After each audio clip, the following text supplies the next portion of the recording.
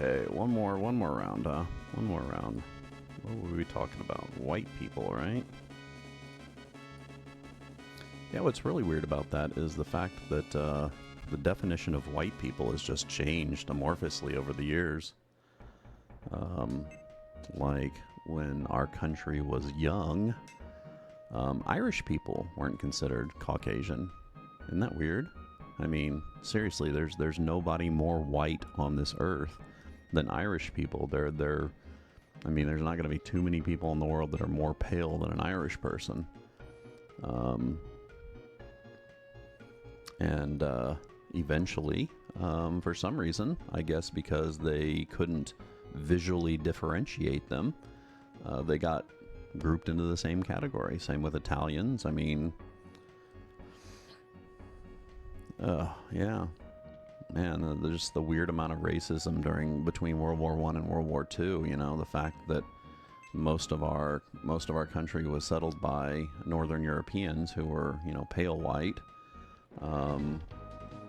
And then all of a sudden, during World War II, all these Southern Europeans came in, you know, with their beers and their vinos and stuff like that, and they, you know, no, we weren't having any. Oh, I forgot to recall. So I need to recall and get Darwin some more equipment. Okay, magic. Darwin's okay. Let's heal me because I'm getting a little low here. So, yeah. So when it comes to social structures, I don't know if it has to do with my anti-authoritarianism, which, as me and Peachleaves were discussing earlier, might have a lot to do with my autism. It basically kind of makes me look at these social structures and reject them. It's one of the reasons why, you know, once I kind of grew up past family influences and everything like that. Go back to insert country name here. Yeah, I know. It's like, wait a second. That doesn't sound like you're speaking Cherokee to me. It's like, America is definitely the best country anyone ever stole. And yeah, I really do think that it would be more healthy for everyone to admit the racism and genocide that our country was found on. I think it would enrich us as a people more. And of course, it would help us to heal. You know, what I think one of the things that's really worse about the situation that we're in here when it comes to that stuff is, you know, the separation in our country, the white supremacy element is greatly concentrated in the southeast of our country because of, you know, its history. But what's worse is what happened after the Civil War and Restoration took place. Was the first off, they covered up like the entire motive of the war, you know, the whole slavery aspect, and it was all about states' rights. It's like, yeah, states' rights to own slaves. So I mean, and then on top of that, the ruling class of the Southeast, the people who took back power after the Civil War ended, basically proceeded to rob the white class of people who weren't rich down there of everything, a proper education. I mean, they literally just screwed those people out of as much as they could, because they knew if the main population was in dire straits, then they could continue to subvert money to them while avoiding blame for all the social ills that were there, which is absolutely horrific that's going on. It's absolutely horrific. Yeah, I just had a conversation with my older sister not too long ago where she was like, "Oh, well, there's no inherent racism in the system, blah blah blah blah blah." It's like, well, dude, read a book. I mean, read a book that's not like revisionist history. Because one of the wonderful things about the information era that we're in today is it doesn't take much to basically go out and find the consensus of educated people on these issues. It doesn't take much at all. So, you know, if you are that way, and of course, you know, you sit there and say that you're not racist and you say stuff like that, It belies the fact that you are. I mean, you just don't think you are. You're being racist. You're pretty much part of the system that's causing that. So, yeah. Needless to say, I'm not very conservative friendly. I know conservatives would greatly disagree with me, but it's funny you mentioned the topic because that's pretty much where I've been sitting for like the last 5-10 years of my life is studying geopolitics, sociology, communication, linguistics, all in the pursuit of being able to understand all this stuff a little bit better. And, while while I will openly admit that the academia is not always correct. I mean, stuff like phrenology and eugenics and chiropractic and stuff like that pretty much came out of the academia, as well as like alchemy, if you want to go further back. So they're not always right, but it's one of those things that if you hedge your bet on them, you're going to end up making more money than you lose. Because they're more often right than not, because they live in these subjects. So at least going to them as a point of reference, and then if there's any arguments against them, finding out, of course, who's making the arguments, what motivations do they have to make the arguments, are their arguments. You always want to, of course, judge character, even though you definitely don't want to dismiss an argument just because of the character of the arguer, because that's straw manning, obviously. But the academic community that studies these things are typically going to be the ones that know what they're talking about in a lot of cases.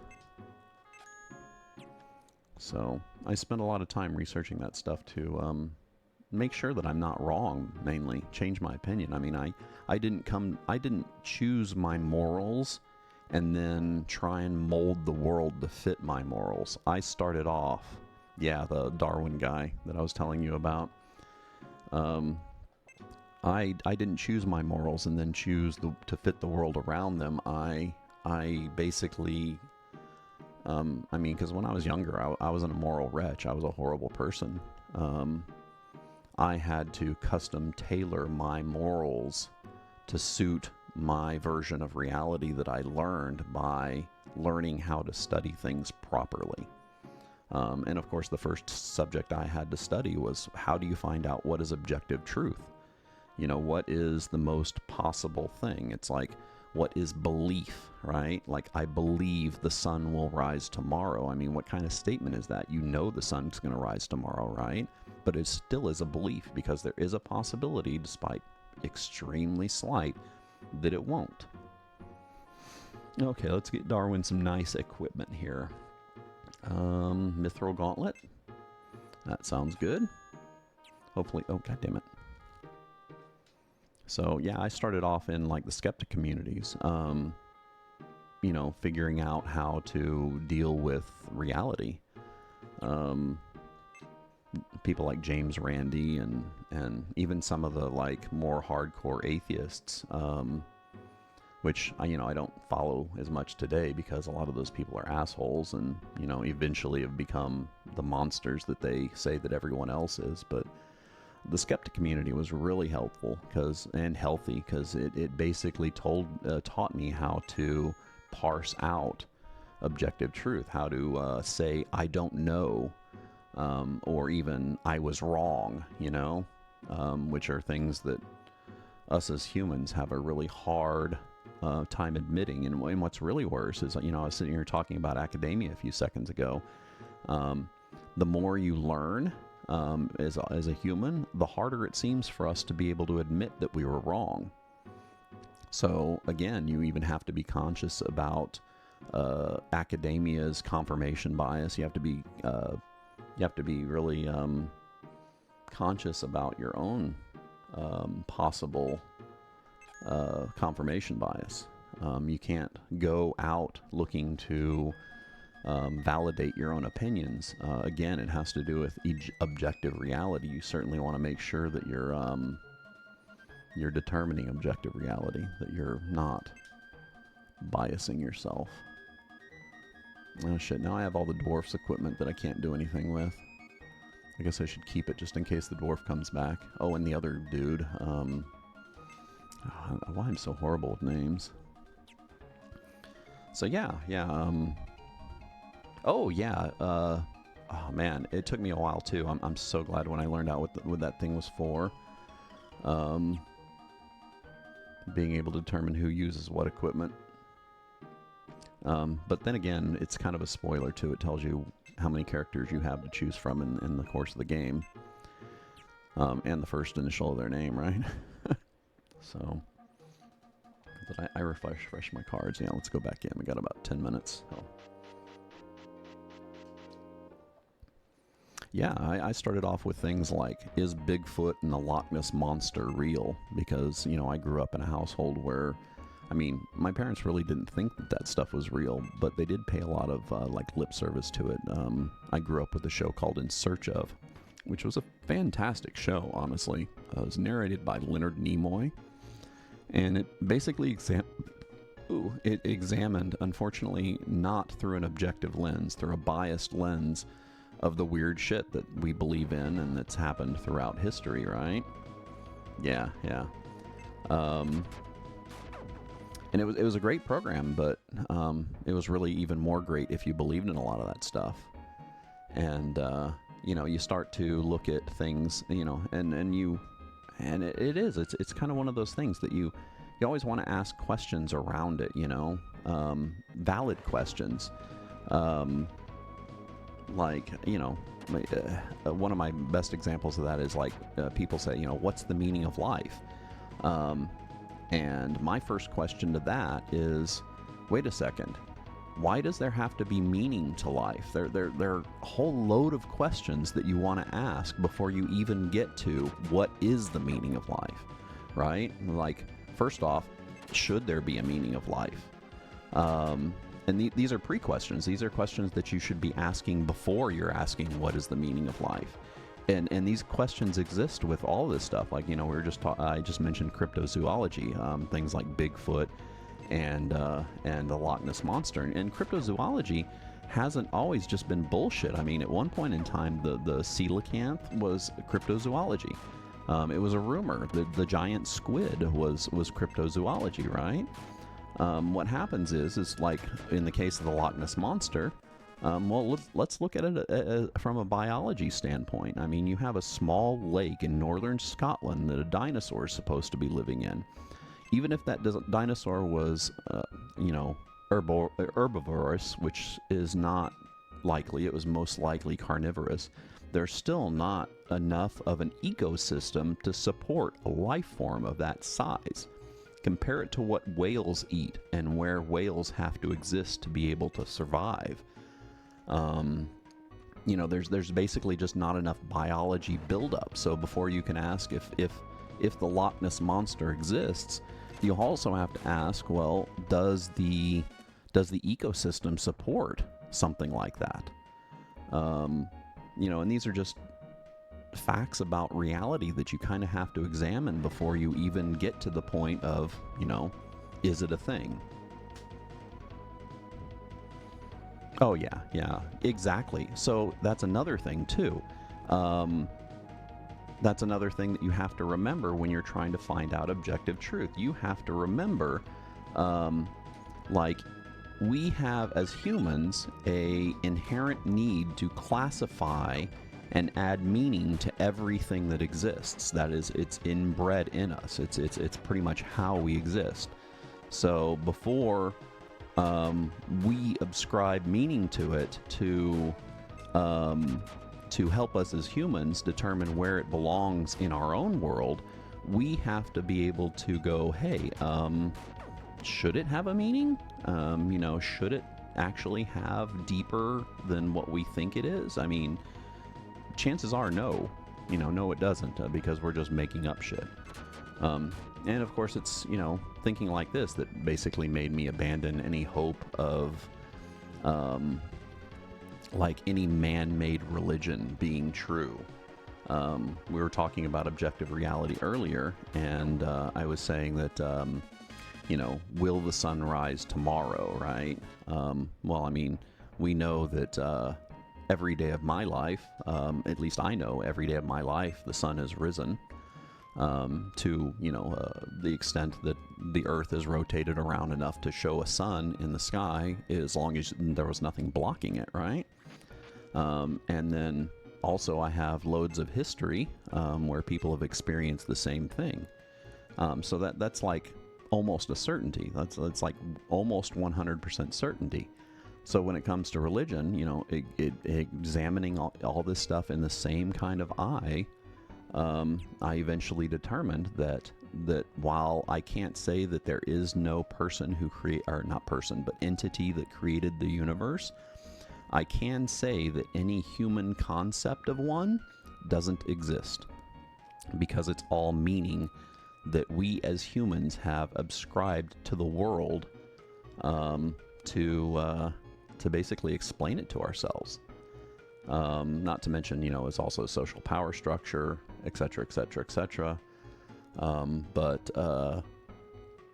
Yeah, I mean, I can say with confidence, with the same confidence that the sun will rise tomorrow, that no religion that we have text for, no religion that is currently being followed by anybody on this planet as far as doctrine and dogma, it just doesn't exist. It's all made up by us.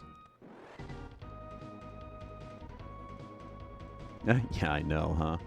And yeah, that's the worst part is we're still in an era where we're fighting against people who don't believe that sort of thing. People believe that your white blood cells were put there by God and they have a purpose made by God, which, we have objective proof that no, that's biology. That's pretty much how we've developed. The whole complexity issue doesn't stand up to scrutiny. Just because it's a complex system doesn't mean it was created by an intelligent life form. That we have in our universe order out of chaos. That we have certain things in our universe because of the physics in our universe that tend to coalesce around order. That entropy isn't always the way that the world works. Right? Yeah, exactly. A good way of saying that, as far as the way our physics work, is gravity, for example. You have dust in your house, right? Everywhere in your house.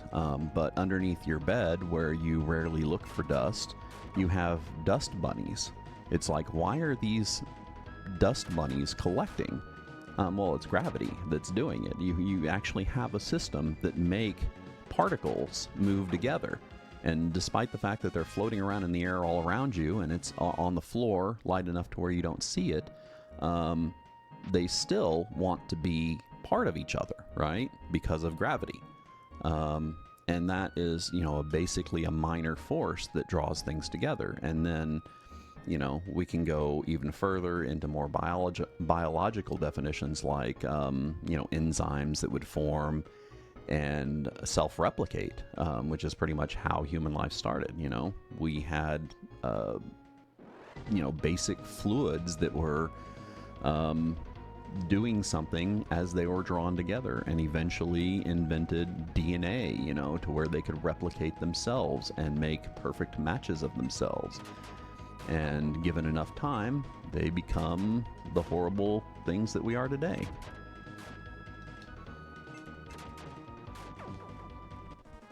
So yeah, I basically, at this point in time, I have a very complex view of religion. I believe firmly that you have the right to believe whatever you want. You have your right to believe where the world came from. That's all you. I'm not the Catholic Church. I'm not thought police. You're completely welcome. However, when you take those beliefs and you decide to get together with groups of people and organize around it, I believe that's when it starts getting bad, because then it becomes a social structure. And social structures can be exploited. For example, we begin with religion and the beginning of power structures in our society. This is all sociology. Again, something that I think should be taught in school deeply.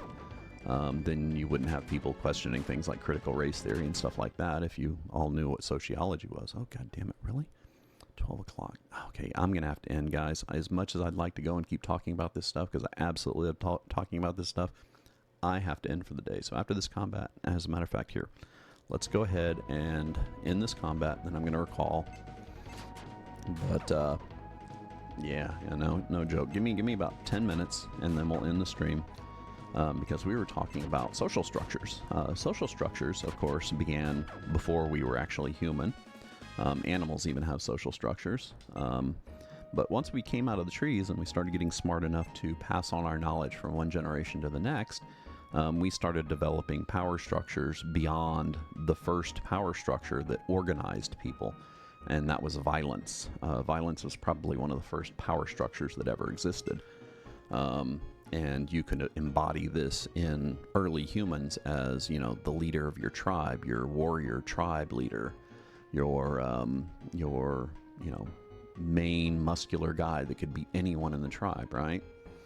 Well, that actually left a huge gap because while muscle's cool, it also kind of just ignores knowledge entirely. I was going to recall, right? So a power structure ended up evolving around knowledge. That because, of course, there were people in the tribe that would remember when it was time to, when the buffaloes roamed from one place to another. They would remember important facts for the tribe because they were just slightly more brainy than everyone else. And then, of course, these smart people would eventually field questions by the rest of the tribe that they were wondering, like, where does the rain come from? Why are we here? Basically more esoteric stuff, stuff that was more transcendental. And that eventually developed into probably what was the second known power structure that we have, and that is religion, the shaman class back then. So the shaman of the tribe became a power structure. And we saw these two specific power structures fighting all the way up until the end of the feudal era. The feudal era was basically a constant struggle between the muscle class and the brain class of our societies, right? Eventually, the capitalist class came more to power, and they've existed ever since agriculture's existed, really, the capitalist class, that is. But the capitalist class eventually toppled that system, and that's why feudalism fell. So, I should have rested before I saved, right? Yeah, studying sociology is really interesting because it tells you a lot about why we're here, why we're where we are, and why we think how we think. Things like the gender issue right now is all, it's all in social structures. Tons of stuff like that. Oh, and also linguistics. Linguistics is a fun one too, because linguistics is kind of like a snapshot of people at certain times. It's like being able to watch the Matrix and decode the Matrix as the little green things are falling out of the top of the screen, because you can basically determine by the language at a certain time what a culture valued, what they didn't have, etc., etc., etc. Very important. Anyway, I am going to go ahead and end this stream. Thank you for joining me, and thank you, Peach Leaves and X-Band, for giving me absolutely wonderful conversation. I could talk about this shit forever, but I got shit to do, and I've already gone 2 hours. I should, like I said, hopefully next week I should be doubling these streams, and they should be going at least 4 hours. But we'll see. Thanks for joining, and you guys have a wonderful one, guys and girls. Sorry, another one being of my generation. I keep saying guys, and I mean everybody. I am completely inclusive.